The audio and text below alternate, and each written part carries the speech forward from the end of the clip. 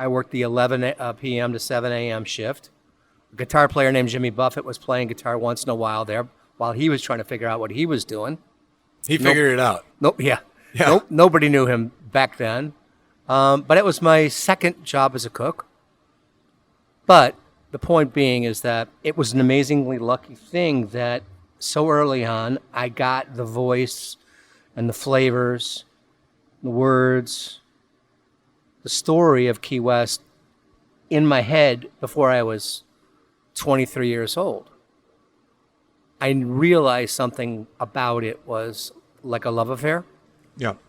And so I realized that I wanted to represent that early on.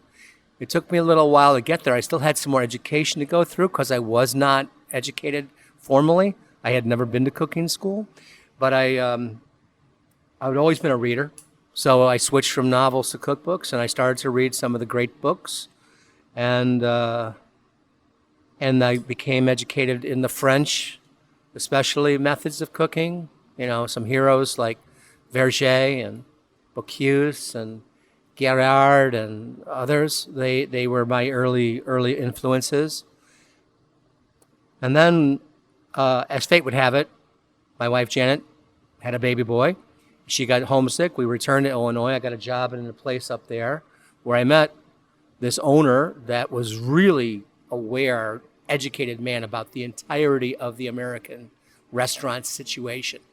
And he, through his just everyday way, turned me on to the realization that there's a lot going on in America with food. And at that time, it was just at that time that American regional cuisine was really taking off. We were moving away from our slavish following of the European model. The Eurocentric model was admirable, but we were Americans. And so people in Texas and Santa Fe and were doing a certain kind of food, you know, the young progenitors of the Southwestern cuisine food movement. There was Alice Waters and Wolfgang Puck doing this, and Jeremiah Tower doing the California food movement. We didn't have internet back then. I need to remind some of the young listeners of that, but we had magazines that were starting to cover the story, and I felt a mixture of jealousy and desire. I wanted to be in the magazines, and somehow I knew at some level that I needed to tell the story. I needed to represent South Florida, Key West, and then when we came to Miami in '92, I began to branch out and learn more about what it meant to be here. My heroes, many of them have been writers. I think that there is the universal truth of a William Faulkner novel is made capable by his complete laser down drill into the county that he wrote about and placed his characters from.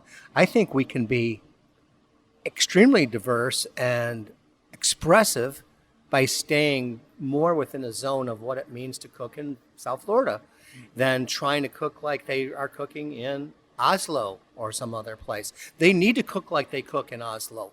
I want people to maintain where they cook from where they cook. And I'm happy as can be to go to a true, whatever, Italian restaurant, French restaurant here in Miami, if there are some. Well, there are some. But I also admire when I see young people, because compared to me, you are young, grappling with how to be a voice for this culture. And a voice that is not just doing Abuela's food. Nothing wrong with it. Abuela did it marvelously. But you are not of their generation. What has happened in your life that also has power to it that makes you want to be adaptive in ways that you go, you know what? I am a Cuban American person, but I fucking love this Thai thing. So you're going to write your own chapter. You are writing your own chapter. For me, my chapters have been about being a Midwesterner who came to Florida and became known as a person who was articulating Florida in a particular way. Fusion being one of the more argued about terms I've ever created. The most argued about term I've ever created, but it's okay. That's all right. Rock and roll didn't have it.